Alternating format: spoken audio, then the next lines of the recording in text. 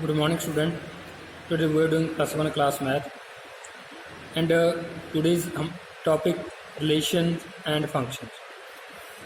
Chapter second start करने जा रहे हैं, जिसका नेम है relations and functions. Relation and function करने से पहले इसकी कुछ इंट्रोडक्शन है। तो सबसे पहले हमें इसके जो सेट है, इनके कुछ फंक्शंस के बारे में समझना पड़ेगा, फिर हम रिलेशन और फंक्शन पे जाएंगे। जब हम रिलेशन या फंक्शन की बात करते हैं, उसमें कुछ सेट को मल्टीप्लाई करना पड़ता है, ठीक है, और उसके जो अलग अलग पेयर बनाने पड़ते हैं। तो सबसे पहले जो हमारे पास आती है चीज़, that is a ordered pair. Ordered pair क्या होता है? मतलब पेयर मीन्स दो चीज़ें। पेयर, जब हम पेयर वर्ड यूज़ करते हैं, उसका मतलब टू होते हैं, दो चीज़ें होती हैं। तो ऑर्डर्ड मतलब दो चीज़ें किसी ऑर्डर में हो, ordered pair.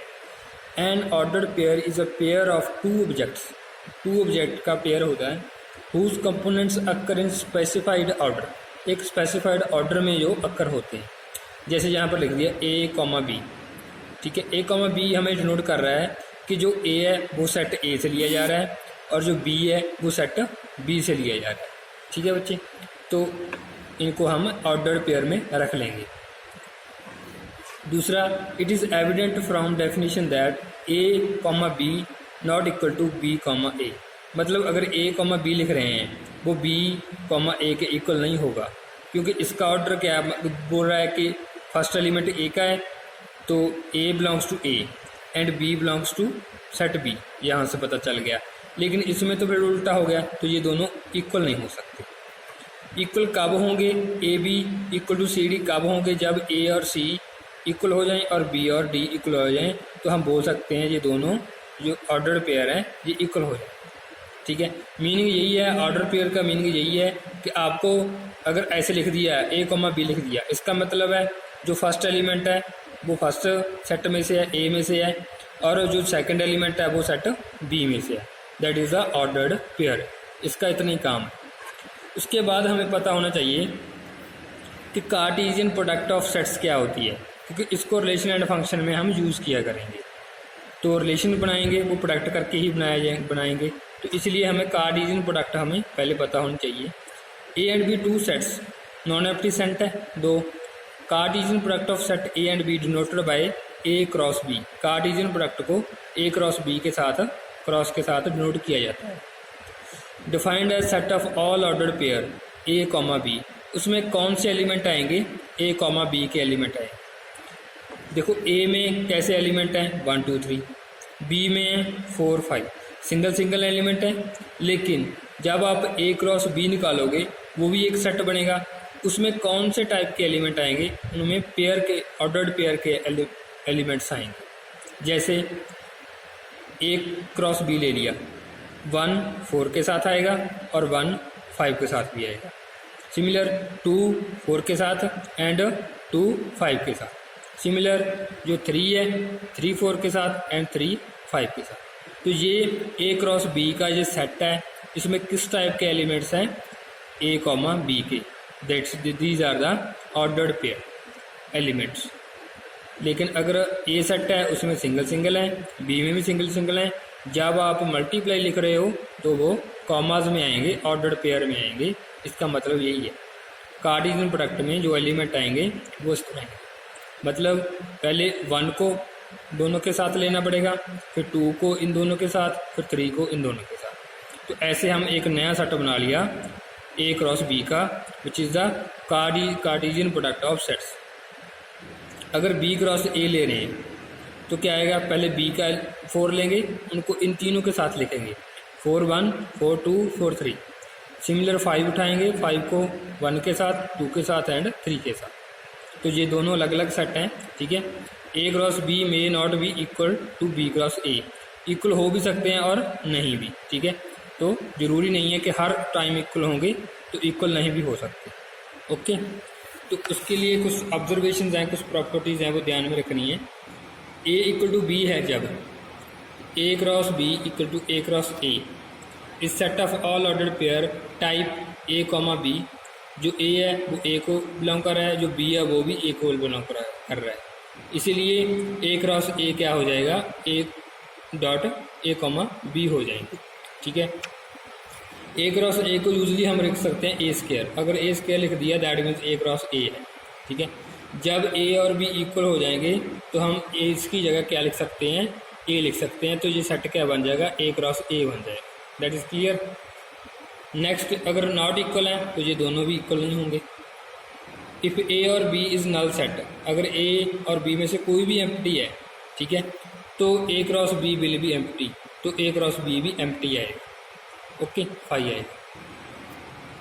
If both A and B are finite set, अगर दोनों फाइनेट हैं, फाइनेट नंबर ऑफ एलिमेंट हैं, तो ए क्रॉस बी भी फाइनेट सेट ही आएगा हमारा। ठीक है बच्चे, तो ये एक प्रॉपर्टी आपने लर्न कर ली।